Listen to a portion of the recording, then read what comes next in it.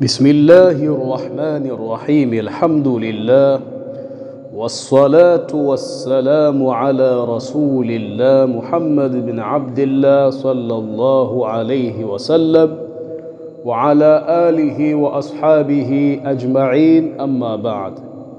Naam, kwa tawfiki ya Allah subhanahu wa ta'ala tunaendelea na somo letu la masala ya ndoa, na leo tupo ukurasa nambari 6 tukiingia katika kusoma hukumu za pale ambapo watakapolingana mawalii wanaotakiwa kuozesha ndoa. Tamam, hakadha. Lakini kabla hatujaenda mbele, turudi nyuma. Kuna mambo tuliyaacha kutokana na muda kuwa ni mrefu, kwa hiyo turudi nyuma leo tuyamalizie, kisha tuendelee mbele insha Allah taala. Tumesoma hapo nyuma mwisho kabisa, anasema Sheikh, fa idha lam yujad ahadun min asabati nasabi falmu'tiqu fa asabatuhu thumma mu'tiqu almu'tiqi thumma asabatuhu thumma alhakimu au naibuhu. Sheikh anasema kwamba wakikosekana hawa wote, wa mwisho kabisa kuozesha alhakim au naibuhu, ni hakim au naibu wa hakim. Sasa hakim anayekusudiwa hapa ni kiongozi wa dola ya Kiislamu, kwa maana mfalme au khalifa. Tamam. Kisha naibu wake ni yoyote yule ambaye yeye mwenyewe atamchagua kuwa ni naibu wake. Naibu wake haimaanishi kuwa ni waziri tu, hapana. Pengine kuna mwanazuoni tu akamchagua kwamba wewe ndio naibu wangu kwenye kuozesha. Ikitokea kuna binti hana wali kabisa, basi wewe ndio utakuwa naibu wangu katika nini? Kusimamia suala lake la ndoa. Tamam. Kwa hiyo naibu wa hakim katika kuozesha si waziri, ni yoyote yule ambaye hakim atamchagua kuwa ni naibu wake. Tamam, hakadha. Sasa hukumu ya kwamba itakapokuwa binti hana yoyote wa kumuozesha, kwa maana hana wali katika upande wa nasaba yake, wa mwisho ambaye atapewa nafasi hiyo ni hakim, hukumu hii inakuwa ni katika nini?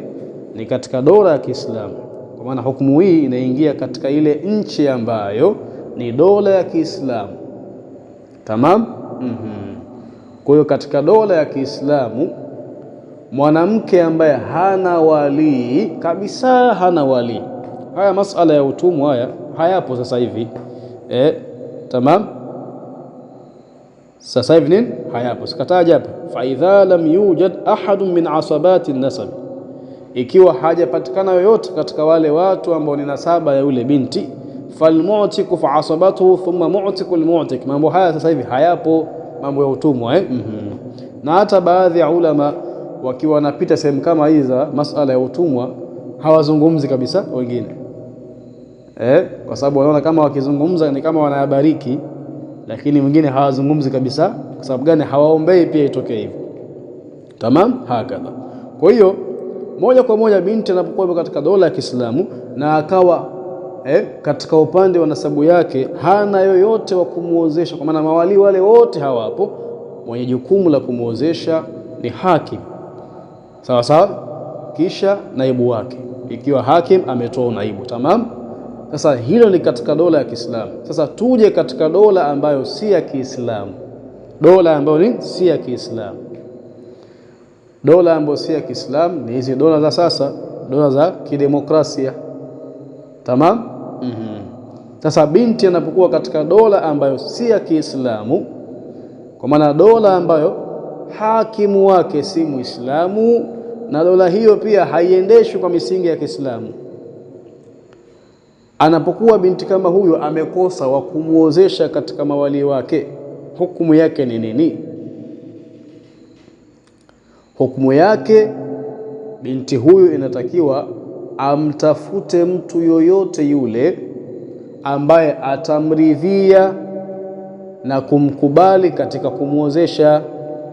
Sawa sawa, binti huyu inabidi amfuate mtu yoyote ambaye ni Muislamu, mtu yoyote ambaye ni Muislamu, sawa, na huyo binti atamridhia, sawa sawa, mtu huyo kumuozesha, sawa sawa. Na masala haya ndiyo yanaitwa mas'alatu tahakimi, mas'alatu at-tahakimi, kwa maana masala ya kumfanya mtu kuwa ni hakimu katika nini, kusimamia ndoa. Tamam, hakadha. Kwa hiyo binti ambaye yupo katika dola ambayo si ya Kiislamu na hana wali wa kumuozesha, basi atamfuata mtu yoyote ambaye ni Muislamu, ambaye yeye mwenyewe atamridhia na kumkubali katika nini, kumsimamia ndoa yake, awe ni kama wali wake. Tamam, hakadha. Atamfuata kisha atamwambia, hakamtuka ala an tuzawijani min fulanin, nimekufanya kuwa ni hakim, ala an tuzawijani, juu ya kuniozesha mimi, min fulanin, kwa mtu fulani. Tamam, hakadha. Binti atafanya hivyo, atafanya hivyo. Lakini pia inapendeza zaidi ikiwa mke na mume, kwa maana mke mtarajiwa ambaye ni binti na mume mtarajiwa, sawa sawa, waungane pamoja katika kumtafuta huyo mtu, kwa maana washirikiane katika nini, kumtafuta huyo mtu ambaye watamridhia mtu huyo awe ni walii wa huyu nani, wa huyu mwanamke. Inapendeza vizuri zaidi hilo. Kwa sababu gani? Yule mtu si walii wake wa moja kwa moja, bali sheria imeruhusu hilo. Tamam, sheria imeruhusu hilo. Sasa inapendeza zaidi huyu binti akamshirikisha huyu mumewe mtarajiwa kwamba tutafute mtu ambaye ni Muislamu, sawa, ambaye tutamfanya ni kama hakim katika nini, katika kunisimamia mimi, awe ni kama wali wangu kuniozesha kwako wewe. Tamam, hakadha. Na pengine akawa ni mtu ambaye wanamfahamu, wana mazoea na yeye, itakuwa ni bora zaidi. Lakini kikubwa wali huyo awe na masharti yale ya wali ambayo tumeyatangulia kuyasema katika darasa ya kwanza. Miongoni mwa masharti hayo ni atambue nini, atambue masala ya nini, ya ndoa. Tamam, hakadha. Kwa hiyo inapendeza zaidi huyu mke mtarajiwa na mume mtarajiwa waungane, washirikiane katika kumtafuta huyo mtu, inakuwa ni bora zaidi. Lakini pia itaondosha utata baadaye. Mume atakuwa anajua kwamba huyu binti nimeozeshwa na mtu ambaye si wali wake wa nasaba moja kwa moja, bali ni mtu ambaye mimi na yeye tulimtafuta tukamridhia atusimamie ndoa yetu, na yeye akawa ni wali wa nani, wa huyu binti. Tamam, hakadha. Kwa hiyo katika sura kama hiyo, sawa, katika nini, sura kama hiyo, huyu binti ambaye ni mke mtarajiwa na huyu kijana ambaye ni mume mtarajiwa watamfuata mtu huyo, sawa sawa, kisha watamwambia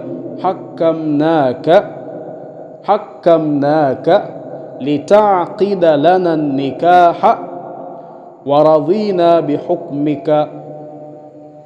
Tamam, huyu binti ambaye ni mke mtarajiwa na mumewe mtarajiwa watamfuata mtu huyo, kisha watamwambia hakamnaka, tumekufanya kuwa ni hakim, litaqida lana nikaha, ili utufungishe sisi ndoa, kwa maana wewe ndiyo uwe wali sawa sawa kwa huyu mwanamke katika nini, kumuozesha huyu kijana. Waradhina bihukmika, na tumeridhia hukumu yako, kwa maana tumeridhia hukumu ya kuwa wewe ndiyo wali wa huyu binti. Tamam, hakadha. Kwa hiyo hayo ndiyo matamshi yake na hayo ndiyo masala tahkim, na sheria imeruhusu jambo kama hilo. Tamam, hakadha. Sasa tuje katika upande wa ukanda wetu wa East Africa. Je, jambo hili linajuzu? Kwa sababu kisheria, turudi kule katika dola ya Kiislamu, kisheria katika upande wa ile dola ya Kiislamu, katika dola ya Kiislamu, ikiwa hakim yupo, kwa maana kiongozi yule sultani au mfalme au khalifa, ikiwa yupo, hairuhusiwi kwa mtu mwingine yoyote kuozesha, isipokuwa mtu huyo kama atakuwa amefikia daraja ya kuwa ni mujtahid, ndio ataruhusiwa. Tamam, katika ile dola ya Kiislamu ikiwa hakim yupo, sawa, hairuhusiwi kwa mtu mwingine yoyote kufanya jambo la kumsimamia ndoa kuwa ni wali kwa binti ambaye hana wali wa nasaba, sawa, isipokuwa mtu huyo atakapokuwa amefikia daraja ya ijtihadi. Kwa maana isipokuwa mtu huyo atakapokuwa ni mtu ambaye ni mujtahidi katika upande wa elimu, litaruhusika hilo. Hakuna haja kwamba lazima hakim. Sawa. Sasa tuje katika upande wa ukanda wetu wa East Africa. East Africa hapa nakusudia Kenya, Tanzania, Uganda, Kongo, Rwanda, Burundi, Mozambiki na nchi nyingine ambazo zimepakana na East Africa. Je, katika nchi kama hizi masala haya, mas'alatu tahkimi, yanajuzu au hayajuzu? Kwa hali ya haraka, lakini sio haraka wa kukurupuka, uharaka wa umakini na kutuliza akili, inaonesha wazi kwamba masala haya yanajuzu. Kwa maana katika upande wa East Africa inajuzu kwa yule binti ambaye hana wali wa nasaba, sawa, akaozeshwa kwa njia ya mas'alatu tahkim, lakini iwe ni hakika hana wali wa nasaba. Tamam? Kwa nini? Kwanza, dola zote hizi za East Africa sio dola za Kiislamu, Tamam? Lakini pia walillahi alhamdu, katika dola hizi kuna taasisi mama za kidini ambazo zinasimamia masala ya dini. Sawa? Je, taasisi hizi zinaweza kuwa ni sababu ya kuzuiliwa mas'alatu tahkim, ikawa masala haya hayaruhusiwi na hayajuzu? Hapana. Ni kweli taasisi hizi zipo. Kama Tanzania tuna BAKWATA, Baraza Kuu la Waislamu Tanzania. Kenya tuna ofisi ya kadhi. Tamam. Zanzibar vile pia tuna ofisi ya kadhi, sawa, lakini pia kuna mufti, na Tanzania pia kuna mufti katika Baraza la Kuu la Waislamu, sawa. Lakini taasisi hizi bado hazijajitosheleza. Simaanishi kwamba hazifanyi kazi zake kwa ufanisi, hapana. Lakini kwa nini hazijajitosheleza? Kwa sababu si kila mtu anaridhia hukumu ya taasisi hizi. Tamam? Si kila mtu anaridhia hukumu za taasisi hizi. Tamamu hapo? Kama Tanzania, BAKWATA asilimia kubwa ni Ahlus Sunna wal Jamaa, lakini katika nchi yetu Tanzania kuna makundi na mapote mbalimbali. Kuna Kadiani, kuna Mawahabi, kuna Salafi, sijui kuna Hizbu Tahrir, na makundi mengine.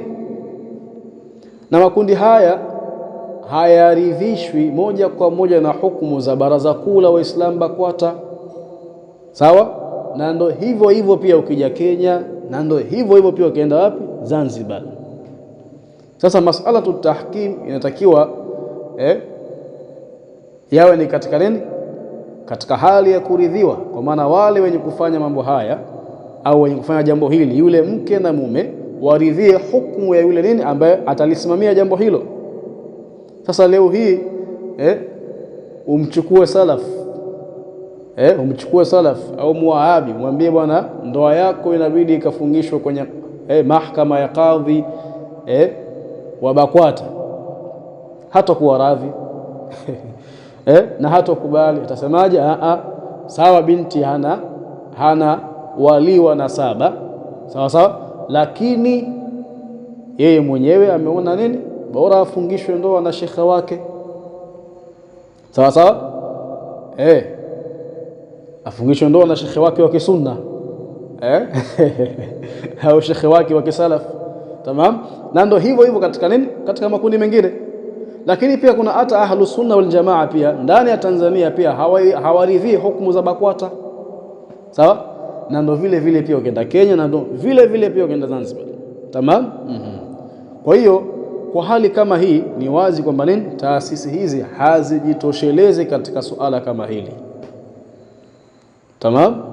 Ukienda katika baadhi ya nchi unakuta pia wapo watu wamejitosheleza kwamba wapo mamufti wa kila mapote, mamufti pia wa madhhabu yote manne, lakini pia bado masala ya nini yanajuzishwa. Mfano wake Misri kuna mamufti wa madhhabu yote manne.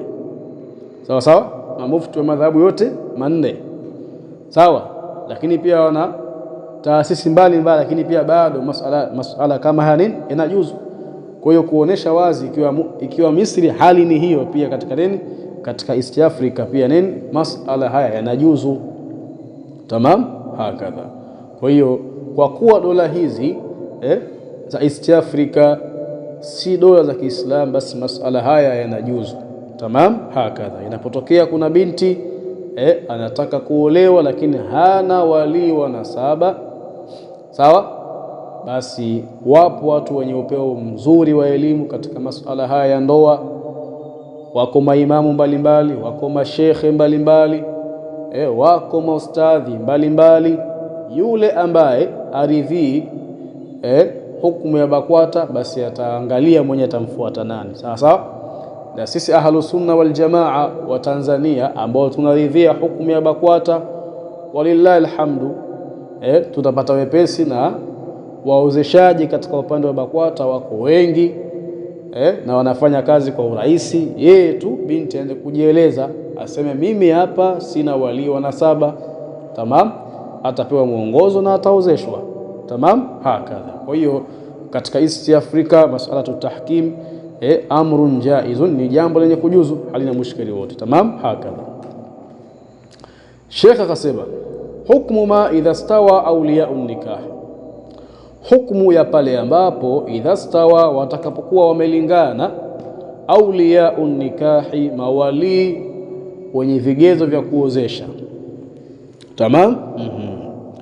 Anasema Sheikh, idha stawa awliya'un nikahi, watakapolingana mawali wenye vigezo vya kuozesha, fi darajati, katika daraja, kwa maana wote wakawa wanalingana kidaraja, ka ikhwati ashiqai, kama ndugu wa kiume wa tumbo moja, au li abin, au ndugu wa upande wa baba, au amamin, au mababa wakubwa na wadogo, au amamin, au mababa wakubwa na wadogo. Mathalan, kwa kutolea mfano, fayuzawijuha minhum man adhnat lahu almar'atu fi tazwijiha, fayuzawijuha, basi atamuozesha huyo mwanamke, minhum, katika wao, man, yule ambaye, adhinat lahu almar'atu, huyo binti amempa ruhusa, fi tazwijiha, katika kumuozesha.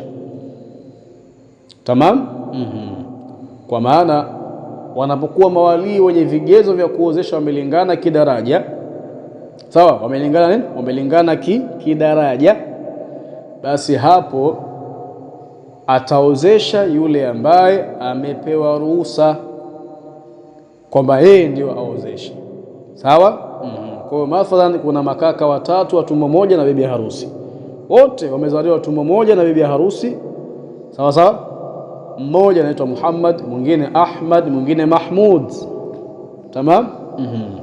Binti akasema, miongoni mwenu nimemruhusu Ahmad peke yake ndo aniozeshe, basi huyo ndiye atakayeozesha na atakayekuwa wali wa kuozesha nini, ndoa kama hiyo. Tamam, hakadha. Lakini lililokuwa bora zaidi ni atangulizwe al-afqahu, yule mwenye kutambua zaidi sheria ya Kiislamu. Sawa. Kisha al-awra'u, yule mwenye kujichunga zaidi na maasi. Kisha al-asannu, yule ambaye ana umri mkubwa kuliko wote. Hilo ndilo lililokuwa bora zaidi. Tamam, hakadha. Lakini sasa mwanamke ikiwa amemchagua fulani akampa ruhusa huyo, basi nini, inabidi inabidi huyo ndiye aozeshe. Tamam, hakadha. Fa in adhinat lahum kullahum fala budda min ijtima'ihim ala at-tazwij au tawkili ahadihim au tawkilihim jami'an shakhsan ajnabiyan bihi. Tamam. Fa in adhinat lahum kullahum, ikiwa binti atawaruhusu wote, akawaambia ni mwaruhusu wote mniozeshe, fala budda min ijtima'ihim ala tazwij, hapana budi wakusanyike wote katika nini, kumuozesha binti huyo. Hiyo hali ya kwanza. Au tawkili ahadihim, au wao wamuwakilishe mmoja katika wao, waseme hivi, tumeruhusiwa wote kumuozesha ndugu yetu au dada yetu au mdogo wetu, lakini ni muhali bwana, tukae wote pale tuseme zawajnaka ukhtana fulanatan binta fulani. Hapana, tumchague mmoja katika sisi, ambaye ataozesha kwamba yeye mwenyewe akiwa ni wali, lakini pia hapo hapo akiwa nini, akiwa amewakilishwa na sisi. Tamam, hakadha. Sawa. Lakini ikiwa hawakufanya hivyo, basi inabidi wote wakusanyike katika kumuozesha yule binti, na wote watamke tamshi la kuozesha. Sawa sawa. Lakini hilo kidesturi halijakaa sawa. Kwa hiyo katika hili bora zaidi kunini, kuingia katika hii hali ya pili. Hali gani? Au tawkili ahadihim, au kumwakilisha mmoja katika wao, wakamwambia tumechaguliwa wote na tumeruhusiwa wote, lakini tunakuwakilisha fulani, wewe ndio uozeshe kwa niaba yetu sisi, lakini pia uozeshe kwa wewe mwenyewe ni wali. Tamam, hakadha. Au tawkilihim jami'an shakhsan ajnabiyan. Sasa au wao wote wamuwakilishe, au tawkilihim jami'an, au wao wote wamuwakilishe shakhsan ajnabiyan, mtu mwingine wa kando, bihi, katika suala la kuozesha. Tamam. Kwa maana wamchague mtu mwingine, wamwambie fulani, pengine ni mtu mzima, wao wote ni vijana, wao wote ni vijana miaka 30 kushika chini, na kuna mtu mzima ambaye wanamheshimu, wana ukaribu na yeye, wana mazoea na yeye, wakamfuata kwamba sisi tumekuja, dada yetu ametupa ruhusa sisi sote kumuozesha, lakini sisi tuna nini, tunakuchagua wewe utuwakilishe katika nini, kuozesha. Hilo pia halina shida yoyote. Tamam, hakadha. Kwa hiyo hukumu hali ya kwanza ni vipi? Hali ya kwanza ni kwamba mwanamke atakapomruhusu mmoja katika wao, huyo mmoja ndio ataozesha. Hali ya pili, mwanamke awaruhusu wote, kwamba wote ni mwaruhusu mniozesha. Hapo inabidi wote wakusanyike kwenye kuozesha, na kwenye tamshi la kuozesha waseme, kumwambia yule bwana harusi, wamwambiaje, zawajnaka ukhtana fulanatan binta fulani. Tamam. Lakini hilo ni muhali na halijaendana na desturi zetu, kwa maana liko nje ya desturi zetu. Kwa hiyo ambao ni bora lipi? Bora ni kumwakilisha mmoja katika wao, au wao wote wamwakilishe mtu wa kando. Tamam, hakadha. Na ikitokea wamwakilisha mmoja katika wao, basi hawa waliobakia wanafaa kuwa ni mashahidi katika ndoa. Sawa? Wanafaa nini? Wanafaa kuwa ni mashahidi katika ndoa. Mfano, wapo watatu. Wapo wangapi? Watatu. Wakawa wote wameruhusiwa kuozesha, lakini wakaona nini? Wakaona wamwakilishe mmoja katika wao, yeye ndo asimamie ndoa. Sawa? Watabakia wawili, si ndio? Hawa wawili waliobakia wanafaa kuwa ni mashahidi na wanatosheleza kuwa ni mashahidi. Kwa hiyo wanaweza kawa ni watatu na wakaozesha hapo hapo, jambo likapita. Yule mmoja wao akaozesha, sawa, hawa wawili wakawa ni mashahidi na ndoa ikapita. Tamam, hakadha. Kwa hiyo wanapokuwa wanamwakilisha mmoja katika wao aozeshe, wao wanafaa kuwa ni mashahidi. Sawa? Na hali ya tatu ni vipi? Wao wote wamwakilishe mtu wa kando. Tamam, hakadha. Haya, sasa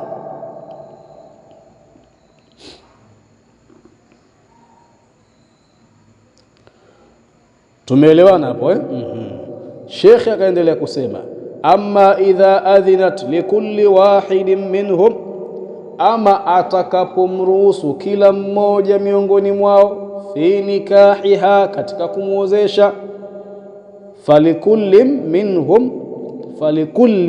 minhum mubasharatul aqdi, basi kila mmoja katika wao anayo nafasi ya kufungisha ndoa, walau biduni idhni albaqina, hata ikiwa ni pasi na kupatikana ruhusa kwa wale waliobakia. Walau biduni idhni albaqina, pasi na nini? Pasi na kupata ruksa kwa wale mawali waliobakia. Hii ni hali nyingine. Hali gani? Hali nyingine. Hali gani? Hali ya pale ambapo binti atakapomruhusu kila mmoja katika wao. Kuna tofauti hapa kuna kuwaruhusu wote na kumruhusu kila mmoja katika wao. Kuwaruhusu wote ni tushazungumzia, tamam. Ni binti asemaje? Aseme nimewaruhusu wote katika kuniozesha, kwa maana nimewaruhusu wote mniozeshe. Hii ni kuwaruhusu wote. Lakini kumruhusu kila mmoja ni vipi? Binti aseme hivi, yoyote atakayeweza kuniozesha na aniozeshe. Tamam jamani hapo? Yoyote atakayeweza kuniozesha na aniozeshe. Hapa binti anakuwa nini? Amemruhusu kila mmoja katika wao.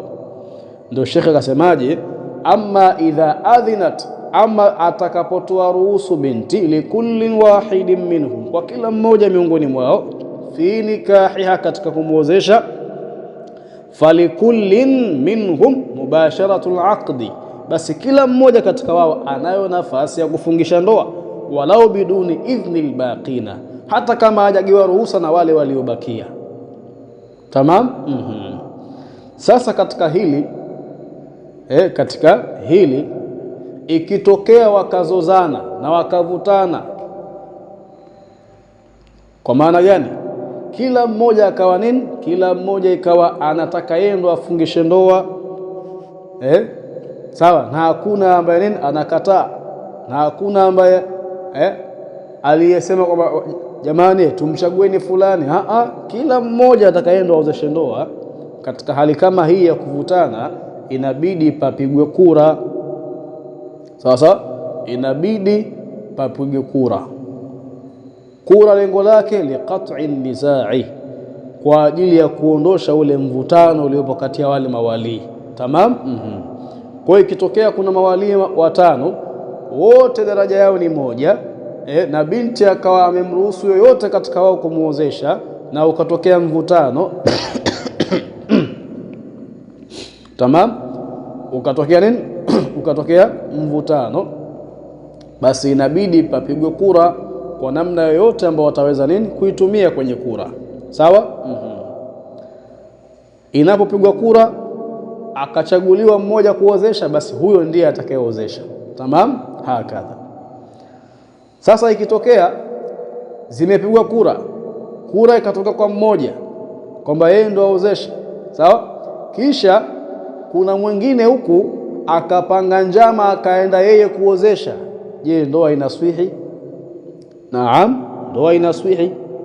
Kwa sababu gani? Kwa sababu ile kula haiondoshi uwali kwa yule ambaye hajachaguliwa. Tamam.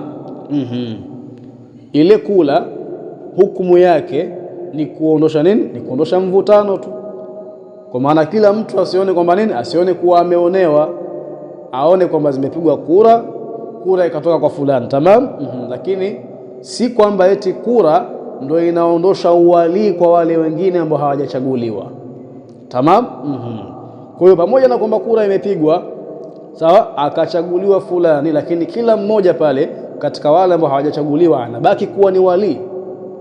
Sawa. Sasa ikitokea tamam.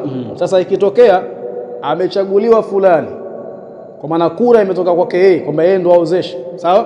Lakini kuna mwingine huko katika wale mawali waliobakia akafanya ujanja akaenda yeye kuozesha, ndoa inaswihi. Kwa sababu gani? Ile kula haijamuondoshea sifa ya kuwa ni wali, sawa, bali kula inabakia katika hali yake ya kuwa nini, imeondosha tu umvutano, na kila mmoja akaona kwamba nini, hajaonewa, akaona kwamba nini, hajaonewa, imepigwa kura ikatoka kwa fulani, tamam, hakadha.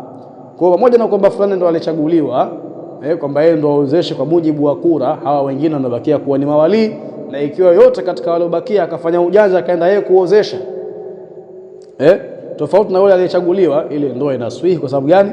Bado ni wali, sawa sawa, bado ni wali. Mafumu hapo? Hakadha. Wa amma shurutul wali, ama masharti ya wali, faminha, basi miongoni mwa hayo masharti, kaunuhu musliman, awe ni muislam. In kanat zawjatu muslimatan, ikiwa mke anayetarajiwa kuolewa ni muislamu. Kwa maana gani? Kwa maana kwamba wali ambaye si muislamu hafai kumuozesha binti wa Kiislamu, tamam. Vyovyote itakavyokuwa binti, kwa kuwa amesha silimu, basi yule wali wake au wale mawali wake ambao si Waislamu hawafai kumuozesha, sawa sawa. Hakadha, inabidi sasa hapo wali uende kwa anayemfuatia katika daraja, yule wali ikiwa nini, yupo mbele ni Muislamu, sawa sawa. Hakadha, mafumu. Kwa hiyo wa amma shurutul wali, ama masharti ya wali, faminha, miongoni mwa hayo masharti, kaunuhu muslima, awe ni Muislamu. In kanat zawjatu muslimatan, ikiwa nini, ikiwa huyo binti ambaye anatarajia kuolewa ni Muislamu, tamam. Hakadha. Lakini katika upande ule wa ukafiri, kule hakuna masharti kwamba ikiwa mke ni Naswara basi lazima wali wake pia awe ni Naswara, hakuna sharti hilo.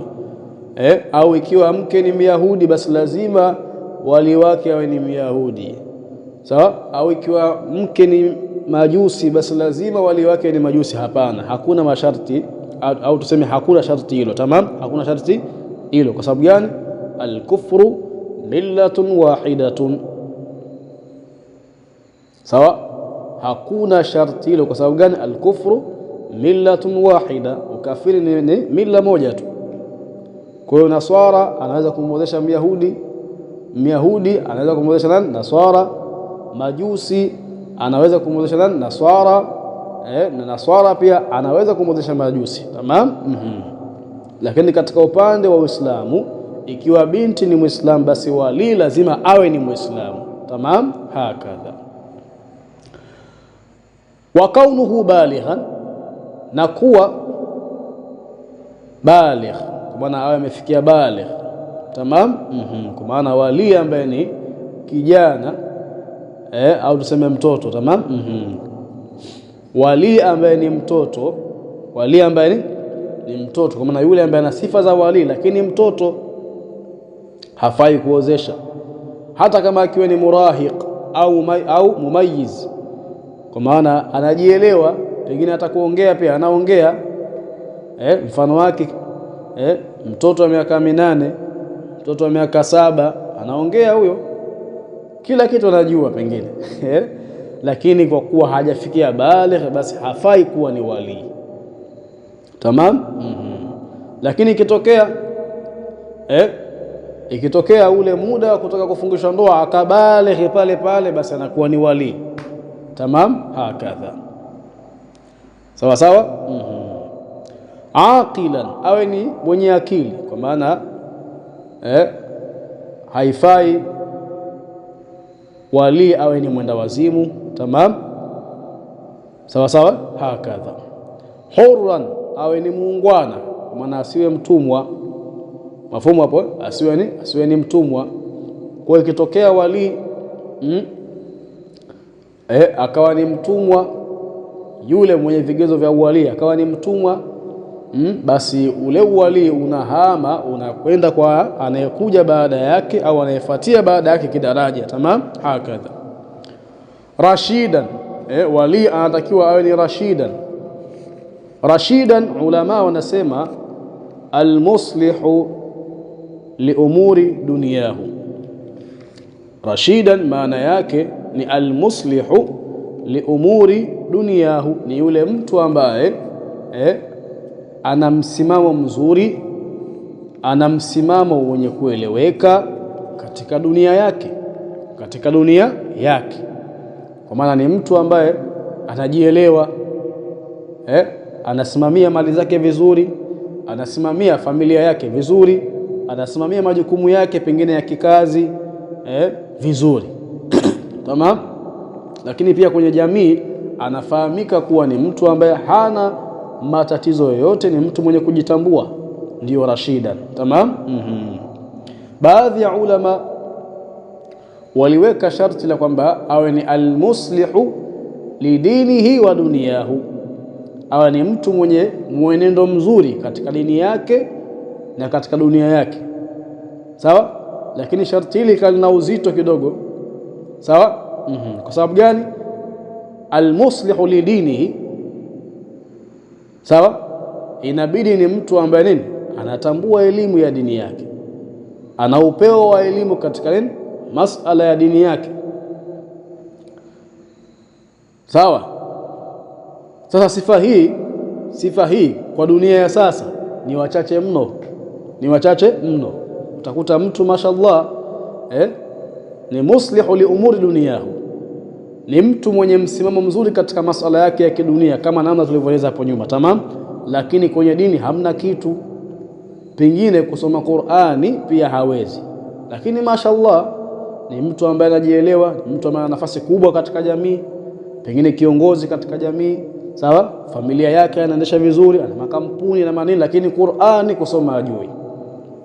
Sasa baada ya kuwa sharti hili ni gumu kwamba rashidan awe ni almuslihu lidinihi wa duniyahu, sawa, ndo akaondosha hii dinihi ikawa ni almuslihu liumuri duniyahu, ikabaki sharti moja katika sifa ya mtu ambaye ni rashida, awe ni almuslihu liumuri duniyahu faqat. Tamam. Kwa sababu gani? Hawa ndio watu wa zama zetu na ambao ndo ndo hali za watu wa zama zetu. Ni ngumu sana kumkuta mtu, kukuta kiwango kikubwa cha mawali kwamba 99% au 90 kamili ya mawali wawe ni almuslihuna lidinihim wa dunyahum. Ni ngumu sana. Sawa. Kwa sababu gani? Elimu ya dini imepigwa teke siku hizi. Sawa.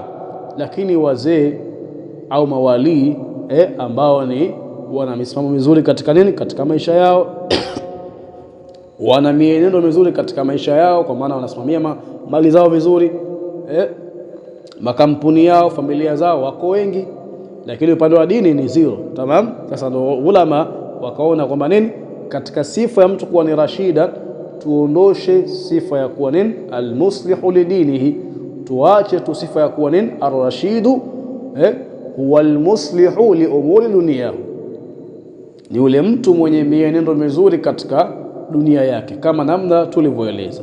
Tamam.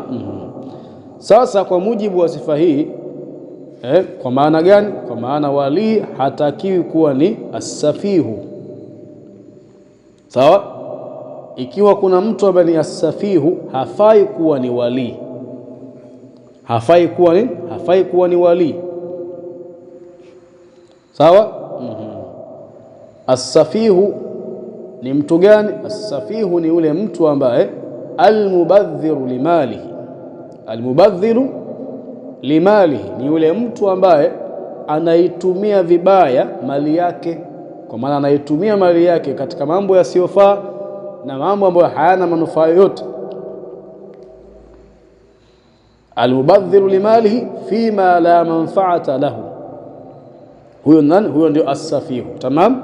As-safihu ni al-mubadhir limalihi fima la manfaata lahu au fima la manfaata fihi. Tamam. Hakadha, ni yule mtu ambaye anaitumia mali yake ovyo katika mambo ambayo ndani yake hakuna manufaa yoyote. Tamam. Mfano wake akawa ni mtu wa anasa tu,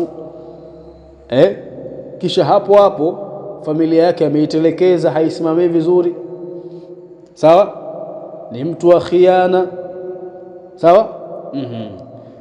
Au pengine amechukua mali yake akaichoma moto, au pesa akazitia baharini tu, yani kaamua tu kufanya hivyo, sawa. Huyo anaitwa as-safihu. Sasa mtu kama huyo hafai kuwa ni wali, sawa. Akiwa na sifa kama hiyo, uwali unahama kutoka kwake yeye unaenda kwa yule aliye anayekuja baada yake. Tamam, hakadha. Afunge maana hapo. Sharti nyingine akasema shekhe, adlan, kwa maana wa kaunuhu adlan, na awe ni muadilifu, awe ni muadilifu. Sifa ya uadilifu ulama wengi sana na ambao wanategemewa katika madhhabu yetu ya Imam Shafi'i wameitoa, wameitoa, sawa. Lakini wakaiacha, yani wameitoa sifa ya uadilifu kwa wali, wakaiacha kwa shahidi. Tamam. Kwa maana gani? Sifa hii ya uadilifu ulama wameitoa, wakaacha sifa ya ar-rashidu, sifa ya ar-rashidu, sawa. Na waliosema kauli kama hiyo ni al-Imam Abu Zakaria al-Ansari, Sheikhul Islam fi madhhabina. Tamam. Lakini pia Ibn Hajar al-Haytami, lakini pia al-Imam ar-Ramli, Shihabuddin ar-Ramli, sawa sawa. Hawa wote wamehukumu kwamba nini, hakuna ulazima wa kuwa ni muadilifu nani, wali. Inatosha ile sifa ya nani, sifa ya kuwa ni ar-rashidu. Tamam, hakadha. Kwa hiyo sharti la wali awe nani, awe ni musliman balighan aqilan hurran rashidan, matano, sawa. Lakini pia sharti la sita, adamu alfisqi, adamu alfisqi, asiwe ni fasik. Hawajatia sifa ya kwamba awe ni nani, awe ni muadilifu moja kwa moja, lakini kasemaje, adamu alfisqi,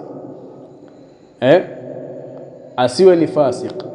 Kwa maana hiyo wametoa sifa ya kwamba ni adlan, wakasemaje, adamu alfisqi, ni kana kwamba wamesema sifa au sharti la kwamba awe ni muadilifu, lakini nini, hawajalitia moja kwa moja sharti hili. Tamam. Wakasema tu asiwe ni fasik, asiwe ni fasik. Kwa maana gani? Kwa maana ni hivi, mtoto mdogo ikiwa atabaligh, mtoto mdogo ikiwa atabaligh, sawa, sinafaa kuwa ni wali, sinafaa kuwa ni wali.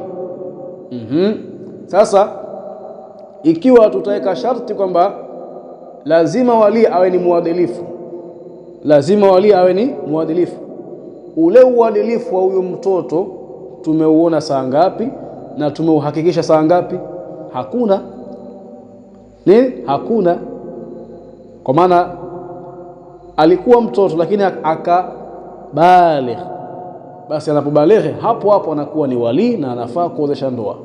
Sasa ile sifa ya uadilifu tumeithibitisha saa ngapi kwa mtoto huyu?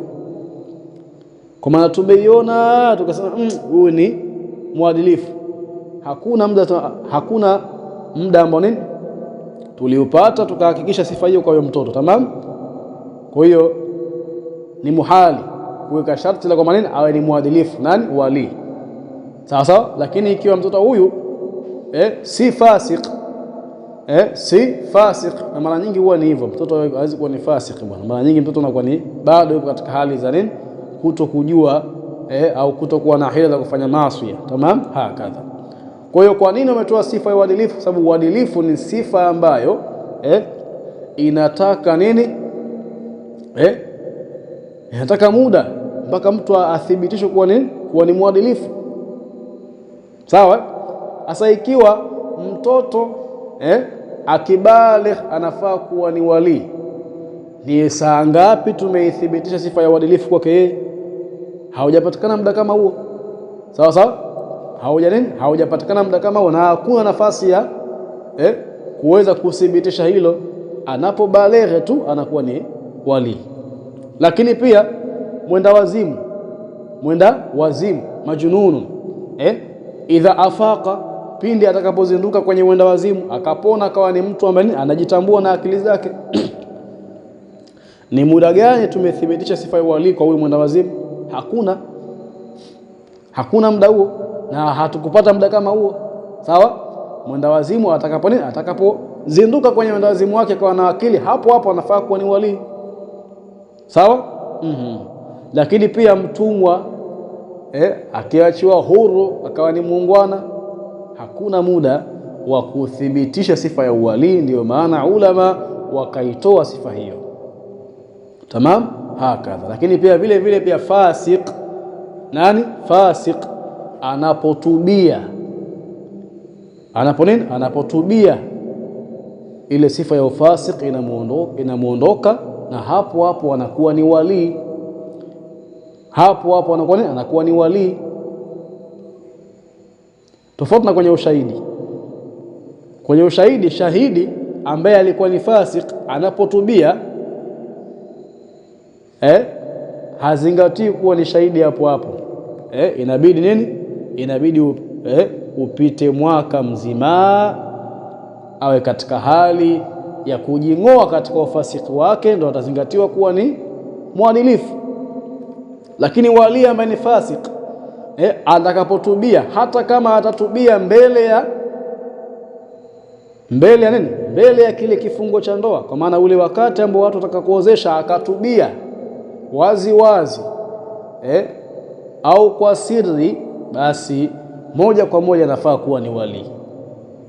Tofauti na shahidi. Shahidi akitubia inabidi upite mwaka mzima ndio tumthibitishe nini? Tumthibitishe kuwa ni shahidi, kwamba ni shahidi ambaye ni mwadilifu. Kwa sababu gani? Amejing'oa katika ufasik. Sawa, na amekaa katika hali ya kujing'oa kwenye ufasik kwa muda wa mwaka mzima. Lakini wali hapo akitubia tu anakuwa nini? Anakuwa ni yani wali ambaye ni fasik akitubia ule ufasiki wake hapo anakuwa nini? Anakuwa ni wali. Sasa sifa ya uadilifu tunampa saa ngapi mtu huyu? Ndio maana ulama wakaondosha sifa nini? Sifa ya kwamba lazima awe ni muadilifu, wakaondosha, wakatia sifa nyingine, wakasemaje? Adamul fisqi. Tamam, hakadha. Kwa masharti ya wali ni mangapi? La kwanza, kaunuhu musliman, awe ni muislamu, balighan, awe amebaligha, aqilan, awe ni mwenye akili, hurran, awe ni muungwana, rashidan, awe ni rashidan. Rashidan ni upi? Huwal muslihu li umuri duniyahu, ni yule mtu mwenye mwenendo mzuri na mwenye msimamo mzuri katika masuala yake ya kidunia. Tamam. Kisha sharti la 6 ni adamul fisqi, kutokuwepo ile sifa ya ufasik kwa huyo wali. Tamam. Na hapa tumeangazia tukasema kwamba yule wali ambaye anafahamika kuwa ni fasik atakapotubia, hata kama nini atatubia wakati wa kutaka nini, kufungishwa ndoa, basi anakuwa ni wali hapo, na ile sifa ya ufasik inamuondoka. Sasa je, yule wali ambaye ni fasik lakini ufasiki wake umejificha, anautambua mwenyewe katika nafsi yake? Anajitambua, yani ile sifa ya ufasik anaitambua nini mwenyewe katika nini, katika nafsi yake. Wali huyu hukumu yake ni vipi? Na ikiwa atafungisha ndoa katika hali ya kuwa ni fasik, ambayo ufasik anaujua mwenyewe, watu wengine hawautambui, je, ndoa hiyo itaswihi? Ulama rahimahumullahu ta'ala, Mwenyezi Mungu awarehemu, wametuwekea mfumo wa kutubia baada ya khutba ya ndoa. Baada ya khutba ya ndoa, na hapa ndo utaonekana sa umuhimu wa ile khutba ya ndoa.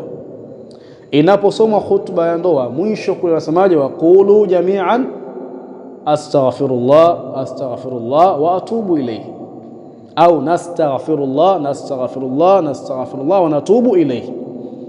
Sasa yale matamshi ya kusema astaghfirullah wa atubu ilayhi au nastaghfirullah wa natubu ilayhi, matamshi yale kwa yule fasik ambaye ufasiki wake umejificha na anautambua yeye mwenyewe, hakuna mtu mwingine ambaye anautambua, unakuwa nini? Unakuwa umemuondoka. Na baada ya hutuba ya ndoa ndio kuna kufungisha ndoa. Kwa fasik kama huyu ambaye ufasiki wake haufahamiki kwa wengine, anautambua mwenyewe katika nafsi yake, sawa, inapokuwa amefika sehemu ile na akaungana na wale wengine katika hilo, basi ufasiki unakuwa umemuondoka, na akiozesha ndoa inaswihi. Tamam, ndoa inaswihi. Kwa Sheikh anasemaje? Fa in ikhtalla shartun min hadhihi shuruti, basi likikosekana sharti lolote katika masharti haya, tukiliondoa sharti gani? Sharti la uadilifu. Tamam, kama namna tulivyoweza hapo nyuma. Fala haqqa lahu fil wilaya, hakuna haki kwa huyo wali fil wilaya, kubakia katika nini? Sifa ya ule wali. Bali liman ba'dahu, sifa ya wali itaenda kwa aliyekuwa baada yake, minal awliya, katika wale mawali waliobakia.